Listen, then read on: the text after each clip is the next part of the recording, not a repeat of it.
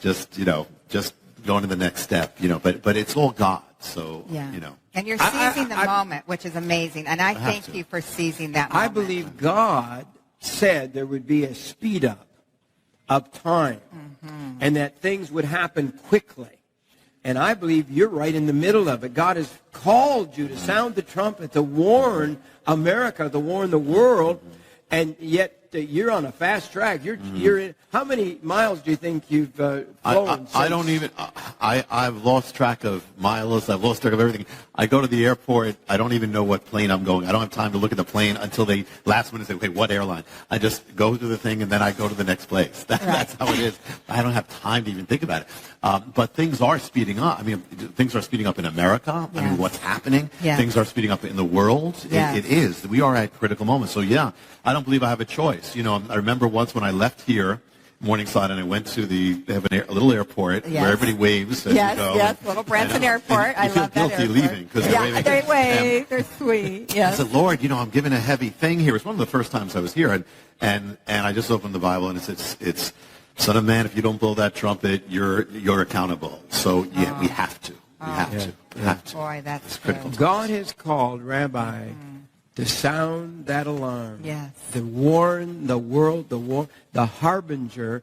9/11. I knew after 9/11. I knew 9/11 wasn't, as you do, wasn't some ordinary event. We knew that something was being said to America. And God began to unveil it to you almost from the first moment, wasn't it? When I was praying, I was led immediately to that section of Isaiah that speaks of that first strike of warning on the land. And I knew that. I got that. And right after that, David Wilkerson then shared in New York City, said, this is the word from the Lord, and he shares the same chapter and Isaiah 9:10, which would become the whole decoder of the harbingers, without realizing, he didn't realize, the things hadn't happened yet. Then it was after that when I was in New York City at Ground Zero, and the Lord just transfixed my attention to this object and said, you have to seek this out. There is something you have to find here. And when I did, that began the harbinger. It just exploded, this mystery that blew me away first. And then it just kept getting bigger and bigger and bigger. That's how it began.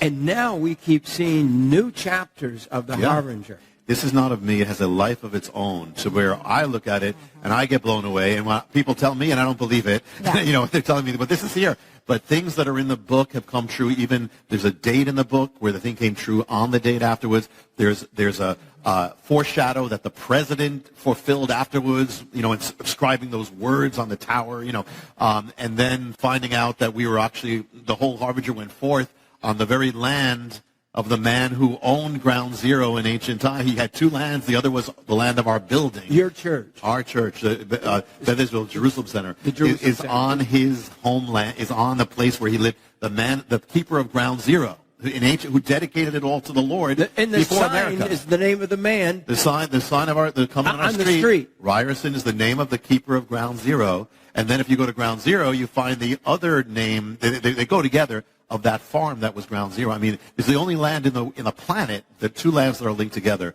It's Ground Zero and where the harbinger went forth. So the harbingers appeared in one of the lands, and the message came forth from the other. We had no idea. I mean, God is, and this is when the harbinger started, and we almost lost our build. We actually did lose our first building. It was like warfare, and the Lord brought us to this land. We had no idea until He revealed it. But He's in every detail. We only find out after. Yeah. You were in dismay, brother, because you were losing your church building. Your church left the building with nothing. As soon as I started sharing the harbinger, all hell came against the ministry. Yeah. It was like the enemy wanted to stop that message before it became what it became. And so what happened is that the town and the landlord decided they're going to destroy our building. So it came down to the last service. We had no place to go. We had the whole service. We celebrated. We're going out with joy. We led forth, and we went out to nothing. We had nothing. And we locked up the building, the next day, the Lord gave us a new building. The next day, after we lost the first building. So literally, and where he brought us turned out to be this sacred land that was part of the mystery to begin with. The land, the 9/11, the land, the man who owned 9/11, the very land that they moved to across the river. That replaced Ground Zero. It was the redemption of Ground Zero. And it was, and actually the harbinger, the beginning of the revelation, it came while I was standing on Ground Zero. It finished on his first land. It finished on his second land when it went forth. And then, but on top of it, the place where we left was destroyed, ruins, and they destroyed the building, and they put up a Walmart.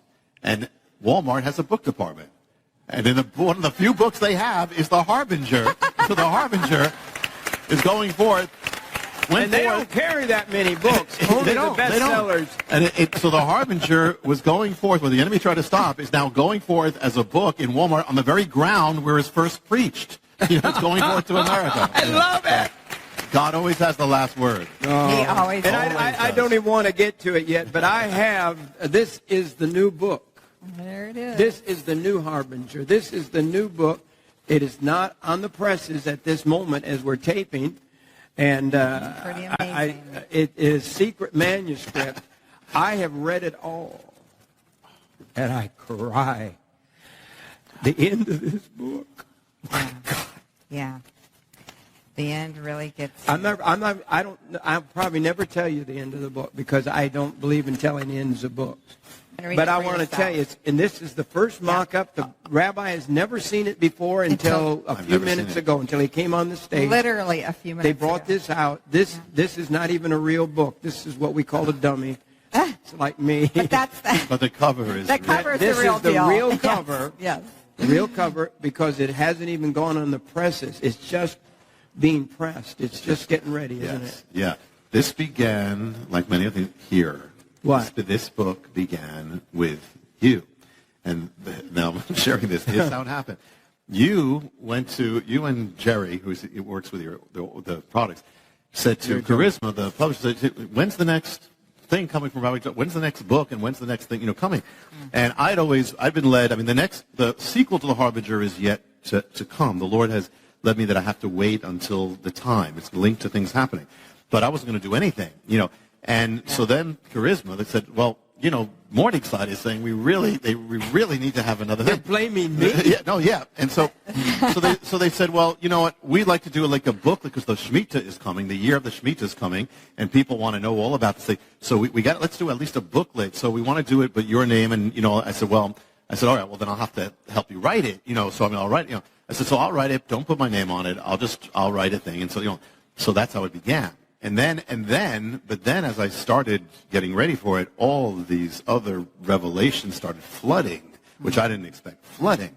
And so it ended up not a booklet, it ended up 300 pages, and we reduced it a bit from that. But it was filled, it got so big, the mystery of the Shemitah, it begins with the Harbinger, it's one of the mysteries of the Harbinger, but it is so big that it's not only, determined the crash of Wall Street, the rise and fall, what is coming, but the very world, the rise and fall of nations, everything timed to this mystery from the Bible, exactly down, what has been, what is, and what is coming. And so this just blew me away. And this happened during the busiest time of my life. So I wrote this mostly on planes, on trains, and hotel rooms. That's pretty much, by a miracle. And then, so it became, and I wasn't still going to put my name in. I said, you can have someone, you can do it from an editor or whatever.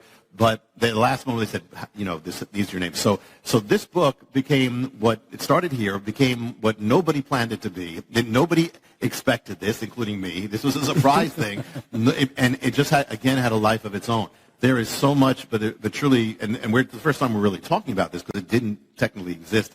But the mystery is just so big. It has determined things down to the seconds. Down, to the days, the dates, the seconds. And it is coming. Another one is coming now. And it's getting more intense. And so I believe that the Lord wanted this out, as soon as possible. This is the guide to what the Shemitah year, where in a few months, really, we're entering a period of time, and you don't set dates. You make it very clear. I'm having a hard time not getting into this book because you see this where I marked it? You want to read this because you better know you are so bold in this book. I believe the Lord wants this out because of what is coming. And in this fast, he's accelerated. We talk about speeding up. This book is going to the press faster than almost any book I've ever heard. It makes no sense because not only did no one plan this book, really, but I got things in the mail about this book before I finished it. You know, I got a flyer, hey, this book's coming out, and it's not even finished. You said, oh, yeah. It was just last Wednesday that the last changes were made, and it went to the print. So, and now it's going out. But I believe it was the Lord's plan. I actually talked to Hubie, who's the man at the airport, before I said, no, Hubie, should I be doing? He said, yes, this is the Lord. This is preparing for what is. Because I wasn't going to do anything, you know. Yeah. So, this just came. You just had Mark Biltz with you at at the Jerusalem Center. I never know what to call it: church, tabernacle, or temple, place, synagogue. We call them all those things. Meeting house, assembling place. Yeah.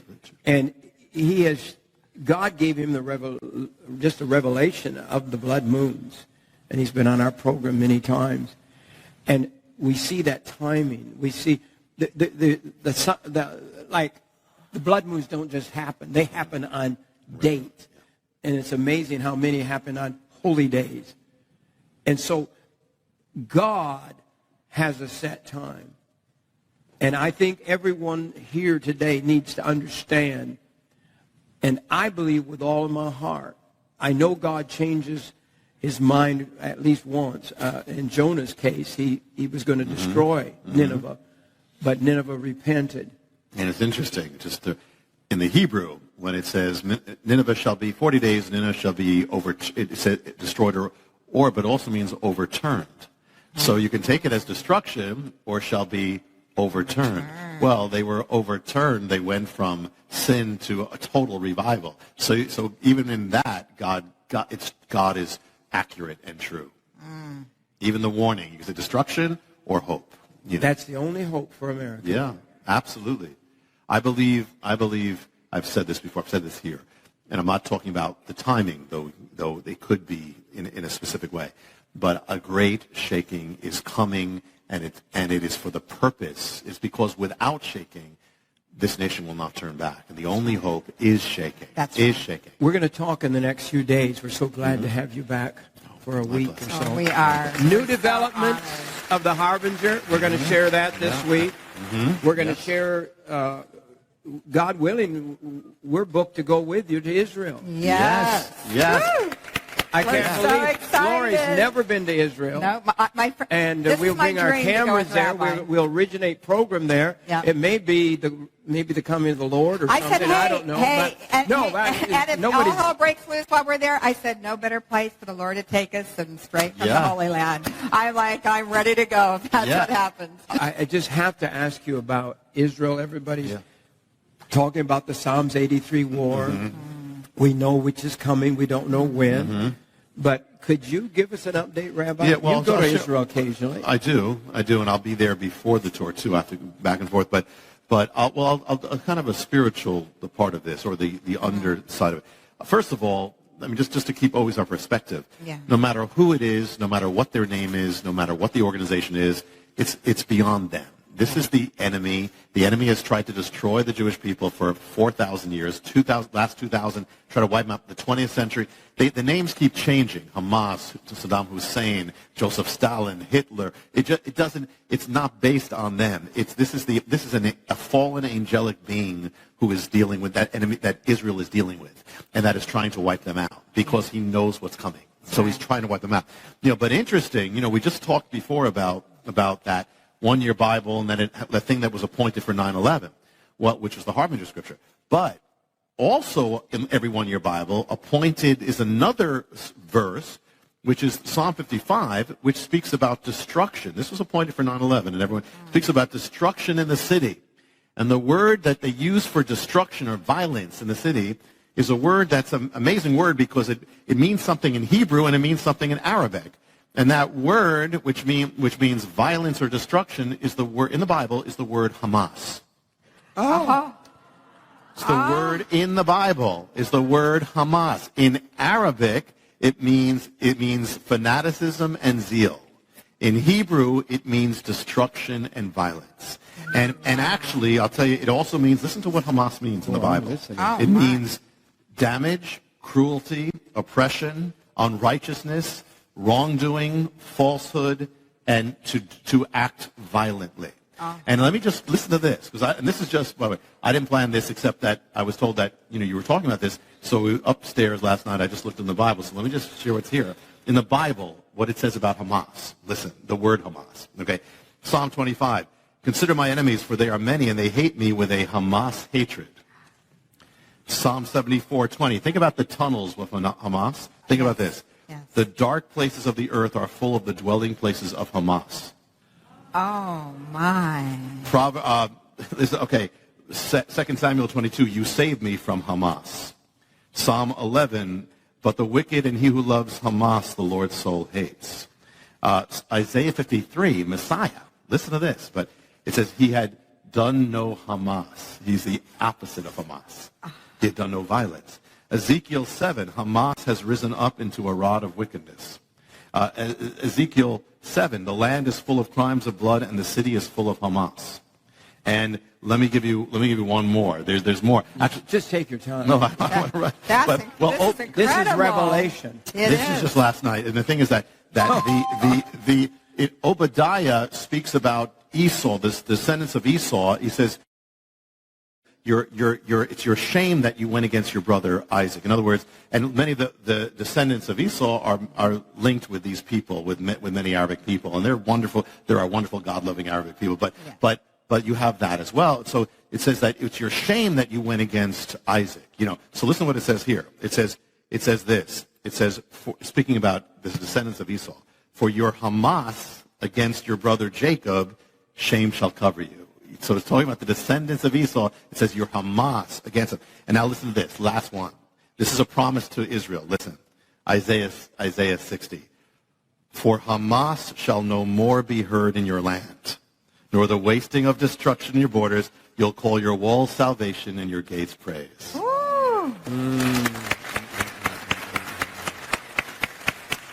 That is powerful. There is the Bible. I said just right here in the Word. It's been there all these years. They're thousands of years old. The Word, I quake and shake under the Spirit of what's going on. We are there. We're in the final days. Church, if you're not studying the Word, if you're just going to happy church and you're not studying the Word of God, and you're just hearing preaching about how to get more money, the money's going to be gone. All the people that are prophesying today that I trust are saying there's going to be a crash in America like we've never. Just share a couple of them. Yeah, here's one headline. This is from Money News. The headline reads this: Billionaire warns Yellen collapse will be unlike any other. It says another horrific stock market crash is coming, and the next bust will be unlike any other we have seen. That's the message from Jeremy Grantham, co-founder and chief investment strategist of GMO, a Boston-based firm of $117 billion. What do they mean, Yellen collapse? Well, Yellen is actually the Federal Reserve chairwoman, I guess you could say, and of the Federal Reserve. So they're saying that she's acting in such, he doesn't pull any punches. I mean, he's saying that she's acting in such an ignorant way that the Yellen collapse is going to be blamed on her. They're actually putting a name to it. Wow. Yeah. Really? When you study the Samhita, the warning, and we're coming to a time of warning and judgment, are we not, Rabbi? We are in a time of warning and of judgment, and it is accelerating. Since I was here last time, things have accelerated in America, just, because this is the other side. The harbingers continue because what's happening in the nation is continuing. The apostasy from God. I mean, rapid fire where believers can hardly keep up with it and can hardly believe how far it's come in such a short time. Right. Just in the last time since I've been here, marriage has been been struck down in state after state after state. It has never not been struck down since that Supreme Court ruling.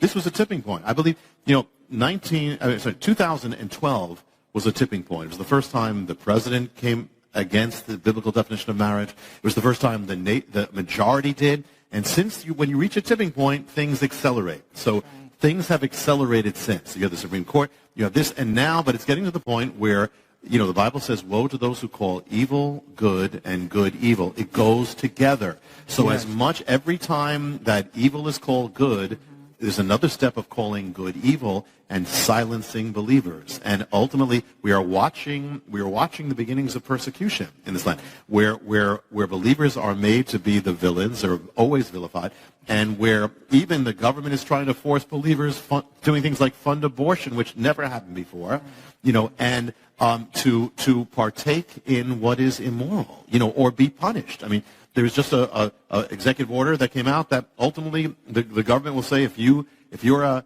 nonprofit or you're a religious group and you are not endorsing basically homosexuality, we will cut ourselves off from you. I mean, this is major stuff. And so we are watching these risks. So at the same time, the signs of judgment are increasing, just as in Israel's last days. That's why the signs of the harbinger have never stopped. That's why this is coming, and it's a kind of dangerous thing that these things are all converging.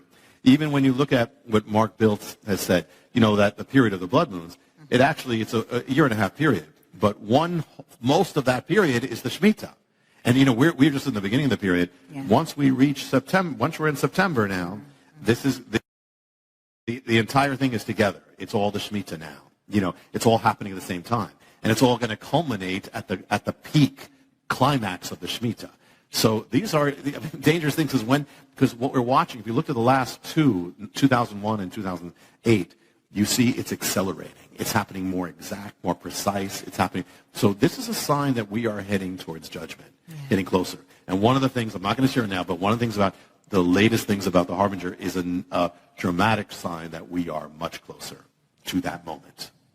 One of the things that's making me very, very upset and very nervous is people are predicting another Jewish Holocaust. I mean, just literally saying we're on the verge of a Holocaust.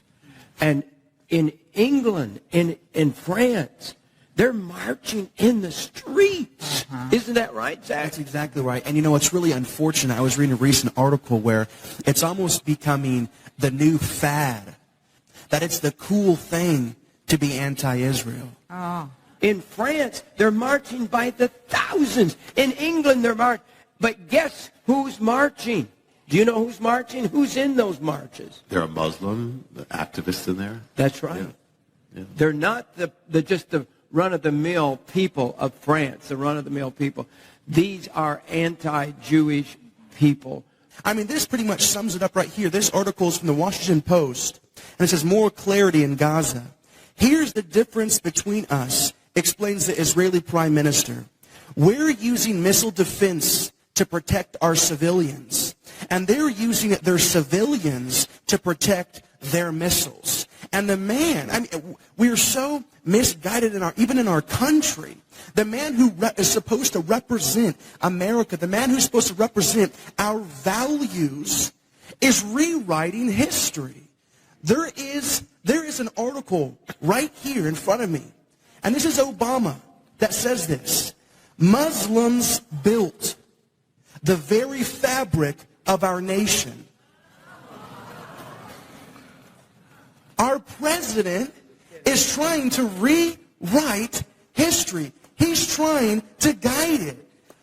Like Rabbi said, Isaiah 5:20, whenever they're calling good evil and evil good, this wasn't just simply an end-time prophetic scripture verse. What Isaiah was saying was that the worst possible thing that can happen to a society, the thing that is just at the bottom of the barrel, it gets no worse, is whenever a society starts calling the good things of God evil and the evil things good.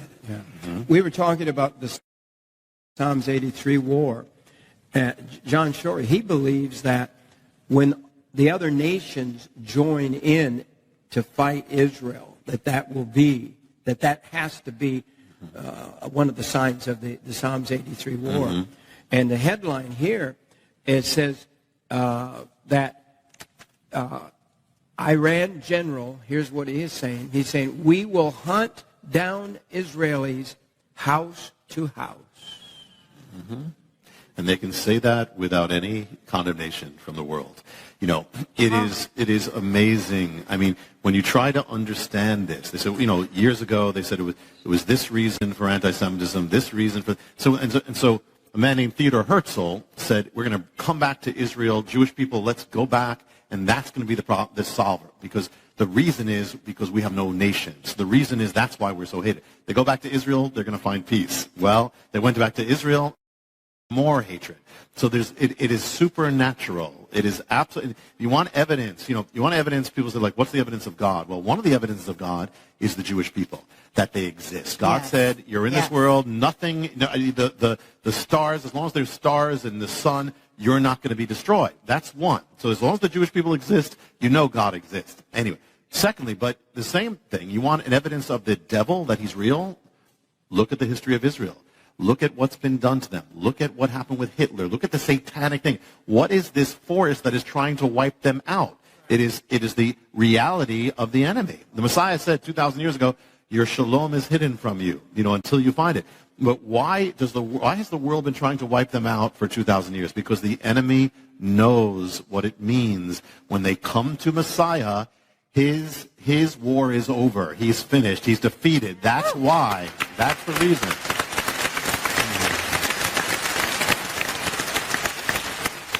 It's amazing, this warfare over Israel and Jerusalem. You go in the natural, Jerusalem, you got great cities. Jerusalem is a bunch of rocks, basically.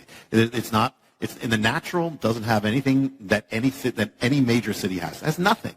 And yet it's the most fought over city in the history of the world. The world has been trying to get, why? Because God says, this is my city, this is where I put my name, and this is where I'm coming back. That is why. And so the enemy has tried to destroy that city again. And also, what really bothers the enemy is having Jewish people there. That's why the world says, you can't. It's the only place where it's a crime for Jewish people to settle in their own land. The world says this is a crime. You build a house, this is a crime. Why? Because the enemy doesn't want them there. Because the Lord said they need to. When they come there, that's the beginning of when I'm coming. I'm not coming again until they're there. The devil, we'll put a name on him, is trying to destroy the very word of God. Yes. The Jew has to be Jesus, the fulfillment. He can't come back if the Jews haven't returned to Israel. Yes. So just the fact that they returned 70 years ago, roughly, and built a city there is the foundational stone of prophecy of the coming of the Lord. And now all of that is, I believe we're in that last generation. It's all happening. You can feel it, can't you? You know the King is coming. Yeah. You know the word. You wouldn't be in this room if you didn't know that. But most of the church is not even looking at what God's doing. They're looking at how to get more money in their pocket, which is the love of money is the root of all evil. How could we be moving into another gospel when Jesus is about to return? It's happening. I believe we'd only have a short, as John Shorey puts it, a window of the Lord's return. I really believe we are in the day. I don't see how it could be much longer.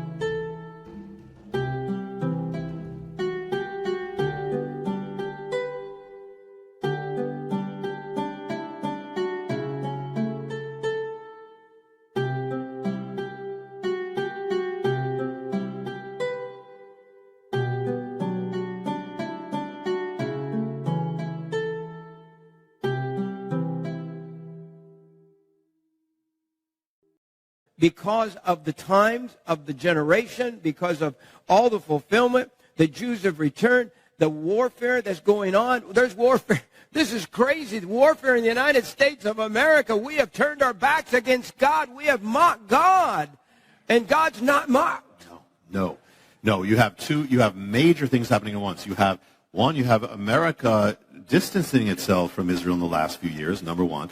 At the same time, America is rapidly turning against the ways of God, rapidly. And you wonder, how far could it go? Yeah. And how far will the Lord allow it? Yeah. So as you said, he is not mocked, and he won't, but he warns before, his heart is mercy. He warns before he judges. He calls for that reason. And even then, he's long-suffering. He holds back. But finally there comes a point where it can't be held back anymore. But he warns his people. And what I found is around the country, I found that most believers, if you ask them, they sense it already. They would tell you, yes, we believe something is coming. I've never had that before, where it's been that palpable, that there is something coming here. America is in danger of judgment. Never before. So we are, yes, this is what we knew about in days when we learned about prophecy. It's coming. We talked about persecution, but now it's coming. We talked about, about it's coming. So yes, and we have to be ready, which is one of the things that you guys do. The book, The Mystery of the Shemitah, will be out shortly. We'll announce it on the show. The first appearance will be here. We'll be here. And we have, I call it it's The Mystery of the Shemitah. This is the mystery copy I have in my hand, kindergarten level. Would you explain that? Yeah, Shemitah speaks of that, the seventh year of the Bible that most people don't know. They know the Sabbath day, but it was a Sabbath year. Every seventh year, it was the Shemitah. The word can mean release. That's how people would know it. Remission or wiping away of debt. But the word also means the collapse, the fall, the shaking, or the overthrowing. So this thing is so filled, it has a whole prophetic realm, this Shemitah, that has not only affected the history of Israel, but has affected the history of America, is affecting and literally the nations, the world. This is not only America. This is the world. It has affected, it has determined world wars, global cataclysms. I cannot tell you just how big this thing is, but it is gigantic. And so this is God's exact timepiece that is linked. It can be blessing or it turns to judgment. And that's what we're dealing with right now. And so it was a time when the land was to rest. Sabbath for the land. The land rests. Every seventh year you shall have a Sabbath. And there's no sowing, no reaping, no plowing, nothing. You let everything. There's no buying or selling of the fruits. It is a total Sabbath rest, which was to be a good thing initially.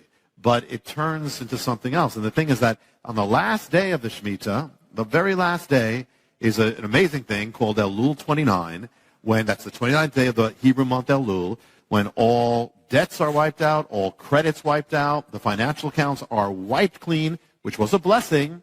But when Israel turned away from God, this blessing turned into judgment, literally led to the wiping away of Jerusalem in the days of Jeremiah. It was all linked to the mystery of the Shemitah.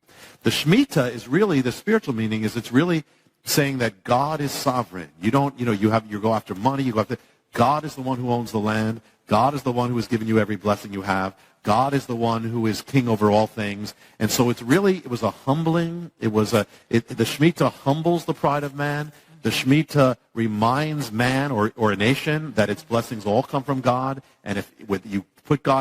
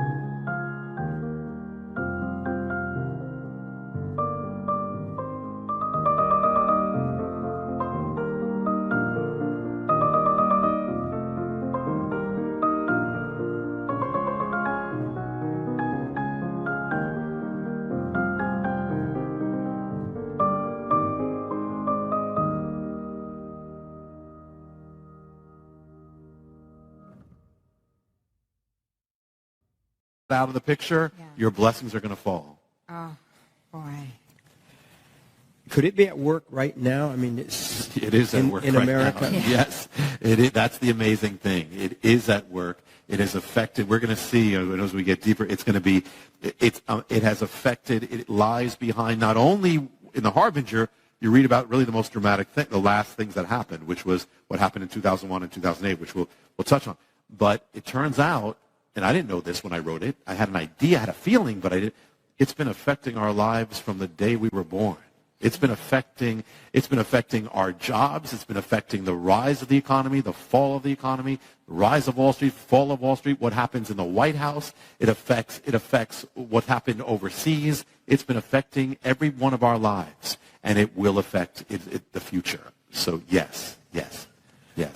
Could you just, so people begin to understand, what are the signs of the Shemitah? How would it appear? Okay. It became like what to watch for, like kind of the fingerprints. I like keys. I like little points that people can remember. Yes. Because see what's going on, because we are there, people. We are there. And the more I study, and reading your new book is so overwhelming that, I don't know what to do because people won't listen. That's how a watchman often feels. Really? Yeah, you're blowing the shofar. You're trying to wake up the people. That's what the Lord said. But once you blow the shofar, you're not responsible whether they wake up or not, or whether they're going to say yes or no. Our charge is to blow the shofar. No matter what, blow the shofar. God will. And one of the reasons you don't hear a lot of people blowing the shofar is because they're scared to death. The headlines this week, the government's coming for the church next. Have you read those headlines? This is just out the last 48 hours. They're coming for the church. And I'll tell you what, most churches are scared to say what we're saying. They're afraid to tell you the truth. They're afraid. Government has power. Politicians crush each other through political power. I've seen it. I've walked with presidents. I have talked with them. I'm telling you, politics can bring out a bad spirit in anybody, I think. But to keep that power and to win that power. And I'm not anti anybody. I'm not a Democrat. I'm not a Republican. I'm not an independent.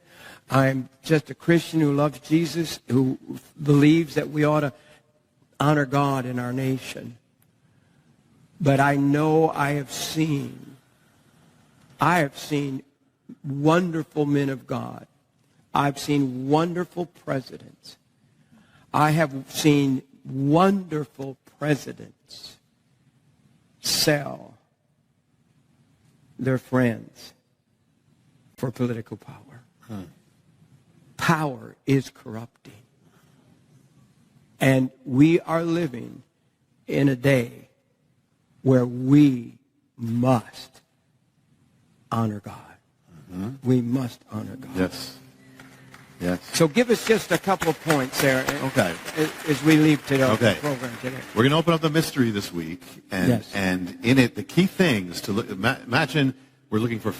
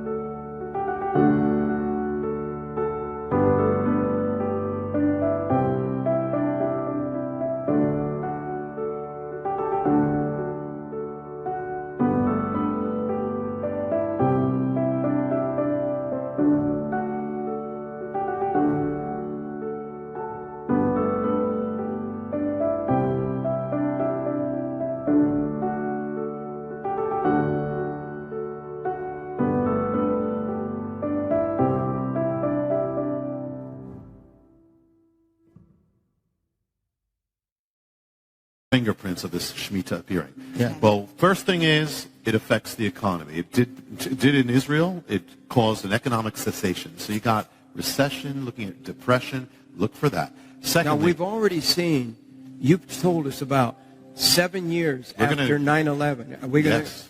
I mean, we saw that crash. Then we saw 7 more years. Well, you're going to see that it's even beyond that. Beyond that now. It's beyond that. That's what the other key. The other key is the 7-year cycle. Okay. The other key is that wiping away of financial accounts. You got financial collapse there. Another key is the month of Tishri. Remember that month, yes. Tishri. We'll get into it. Tishri is the holiest month of the Hebrew year. Yes. But it is the month that begins the Shemitah and the month that ends the Shemitah. It's the month that comes right after that moment of wipeout. So it's the month that manifests that wipeout, all the effects of that wipeout financially. So you get those keys. Now, one other thing is, remember Elul 29. The month of Elul builds up to Tishri, builds up to that final moment. Now, with that final wipeout always happens when the sun goes down. When the sun sets, all debts are wiped out. So these are some keys. Now, once you have the keys, we're going to see this thing manifest amazingly. I mean, amazingly. We're going to see things really that Nobel laureates in economics don't know because they don't read the Bible. We're going to see things that the heads of Wall Street don't know because most of them don't read the Bible. Yeah. But God wants us to know. Yes, he does. You mentioned the headline a few minutes ago. A billionaire, one of the richest men in the world. Yeah. He is predicting a collapse. And here's what he says is coming, the financial collapse. He says it will be unlike any other. Something big is going to happen. We have the billboards of God called the sun and the moon, declaring in the blood moons on the holy days. It's all shaking to me. It's all startling. I mean, I've been a Christian since a little boy. Donna and I, my sister's here in the front row, but we grew up in church. We didn't have pews. We had benches. But we've grown up. We've heard about this. We've heard it preached. We've heard the prophecy preached. And here we are living in it. I just shake with it. I mean, the Spirit of God.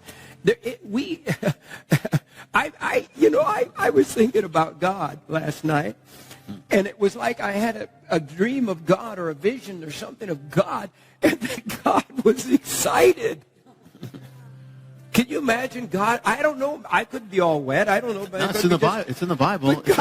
God was excited because everything that he has built towards the sending of his son, all of it, he's about to see the great conclusion of all of mankind, of the Son of God's death, why he came, the Jews returning, the resurrection, the great moment, the greatest, if it was a play on stage of history, is on stage now. Yeah.